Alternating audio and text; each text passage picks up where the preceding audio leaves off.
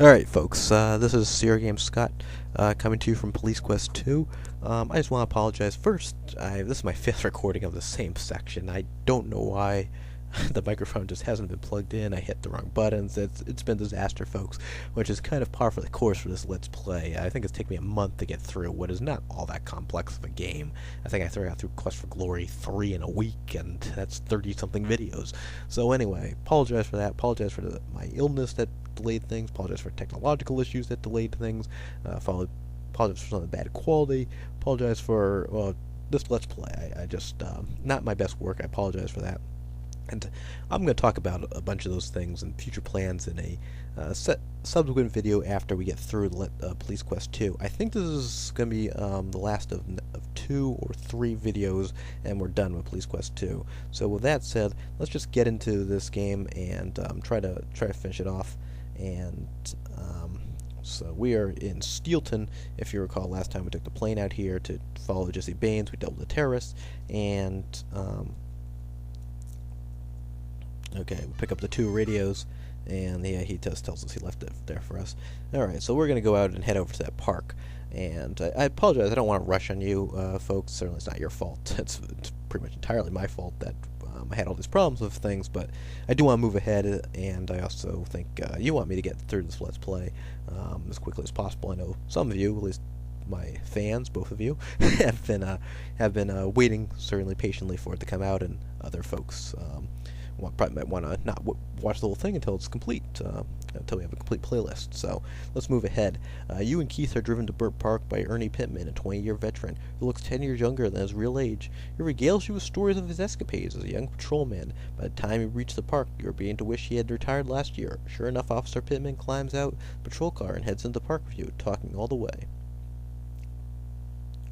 Now, he kind of looks like the police officer from the who gave you the warrant earlier on, back in Lyndon. As you approach the park entrance, the patrol car's radio crackles. Unit S-56, we have burglary in progress at 10th and Violet. Request to respond immediately. Over. Well, boys, says Officer Pittman, I gotta go. I doubt you'll find anything, but go ahead and look around the park.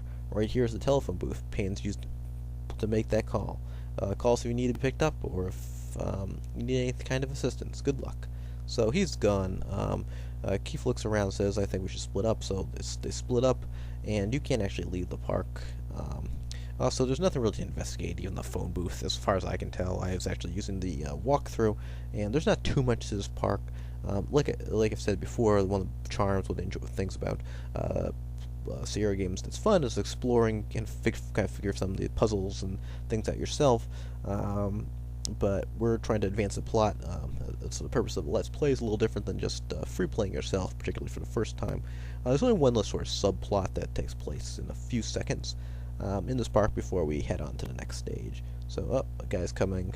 Well, let's use our walkie-talkie. I think there's a couple ways you can handle it. You can draw your gun. I think you can show your badge. But this is the way I think get maximum points, or the way the walkthrough at least tells me how to do it. Evidently, the mugger doesn't like cops. So, you hear heavy breathing, hacking, coughing as Keith escorts the would-be mugger back to you. Alright, so Keith actually does something. Somehow, the chain-smoking Keith catches this guy, and breathing heavily, Keith says, Sonny, I'm getting too old for this kind of stuff. So you want to talk, man? Ugh. Talk, man. The mugger looks at you and says, listen, pig, I ain't talking to nobody. You understand that? Alright, and well, that's how we read rights. So, we read those Miranda rights, and Keith's already done it, but we still get point, I guess, just to do police procedure, just do legal procedure, Fifth Amendment right procedure, what have you. And Keith pipes up and says, I'll take our little mugger friend and turn him over to Steelton PD. So that's how you get rid of Keith. Pardon me. How they dispose of Keith during this part of the game. Now, there's that dog that sort of runs around. I have no idea if he serves any purpose whatsoever. If he does, it's not critical to the plot. And if you know, feel free to leave a message on the comment board. I think he's just kind of there for the animation, I guess. Open cover. Alright, now down here is a manhole cover, and apparently I'm standing on. You can barely see it, but it has feet. I'm not standing on it, alright? That's ridiculous. Alright, anyway, you open it up, and it's kind of obscured by the shadow. It's kind of a cheap move by Sierra, but that's what a lot of the times they did in some of the earlier games. And let's just climb down. And we're going to climb down into the sewer, and I'm not one to stay out of the sewer, I guess. Alright, I'm going to turn that sound down. I'm not sure if it picks up for you. There's a lot of ways to die in this sewer, but I do have it saved at various points, so... Well, we're going to start off over here. And I apologize, I'm actually skipping something, and right here is where there's a gas mask. The only reason I'm doing that is I've done a lot, and the pause feature doesn't work that well. Pretty much all you do, I'll explain it to you, is you just walk down a couple of screens. There's one point where there's some gas that comes through. You can look at a walkthrough if you're playing it yourself, just to know the exact directions. And that screen with gas is actually, if you go through it quick enough, it won't kill you. It's supposed to throw you off. I think they think you can't make it down there, but you actually can. But most of the other places that have gas will kill you if you don't have the gas mask we just picked up.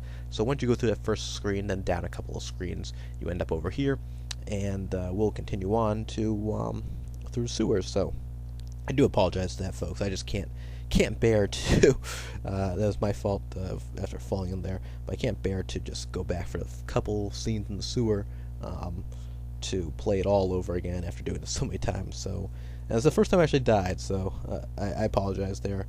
Put on mask. I actually said use mask at one point and said, what do you want to do with the mask? My snide report was, no, I want to eat it. Of course I want to put on the mask, or wear the mask. So I'm now wearing the mask, hopefully not dying again, and it'll at least let us advance. The bonus is that we can get a little bit closer, and so once you know the gas is gone, the methane gas, you can take off the mask. And I've sat next to some people who have released some methane gas, and I can see why you need a gas mask if it's heavily concentrated particularly. Now you want to go to the right, but if you see down there that sort of tube, if you do that, some ooze comes down and floods you. So I'm just going to quickly save, and I'm going to save as sewer again, which might be a mistake, especially if they restart over, but I've got confidence this time. So you see that door over there, we want to walk over there. The problem is you can't just walk by that drain, because if you do, you get sprayed. So you have to be careful.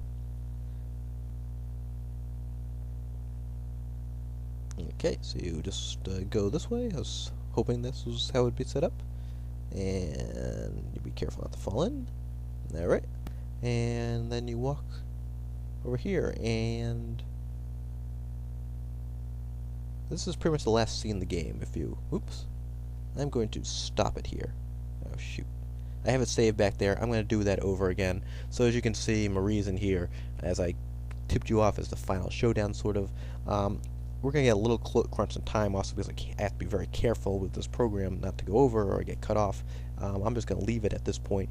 So anyway, we're here. We got through Steelton. Not too much to Steelton. Sorry if it was a little rushed. Sorry for missing that scene. Not too important. Like I said, there's a bunch of walkthroughs online if you are going to play by yourself and just are a little unsure how to get through the sewers. Also, if you're playing by yourself for the first time, it might be fun to play around and see if you can actually get through the sewers yourself, get through the maze without cheating at all. But obviously it was not planned. I do apologize for just falling in like that. And anyway, as promised, I'm just going to cut off the video a little bit quickly, and we're going to come down to probably the last, if not second to last, video that we will make for Police Quest 2, and I have a very special video following it. Well, it's not that special, but it's something out of the ordinary. Well, anyway, we'll leave it at that. Apologize for the rambling, and Sierra Game Scott, Police Quest 2. I'll see you in the next video. Bye.